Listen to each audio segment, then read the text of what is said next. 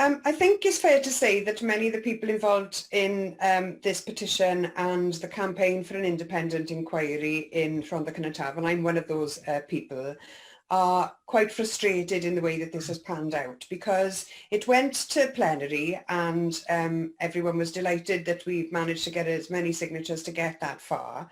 But then the debate really wasn't adequate. It failed to address many of the issues by saying that everything would be dealt with under the Section 19 reports.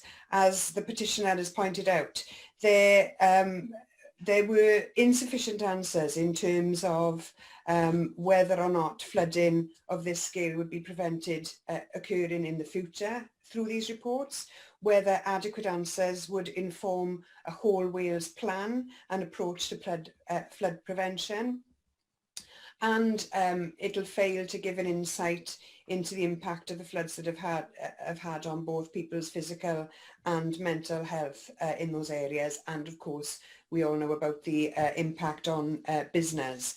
And so while the Minister argued against an independent inquiry in the debate, the entire Senedd was able to vote in favour of noting the petition. So nothing was really resolved or taken further forward as a result of having that debate in the Senedd. So I'd like to write back now to the Minister for Education and put those questions that the petitioner has outlined to us in her response about what the current Section 19 process and reports will be able to provide.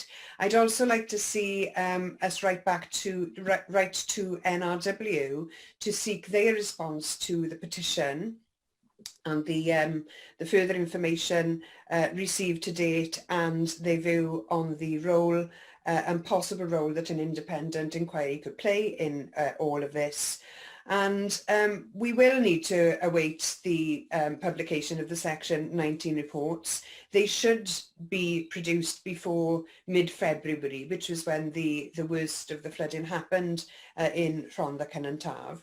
But I don't want to see progress on any other aspects of any other potential inquiries be held up to wait for those reports, because as the petitioner has pointed out, in all likelihood, those reports are going to be insufficient in terms of answering the questions that the people being flooded have had.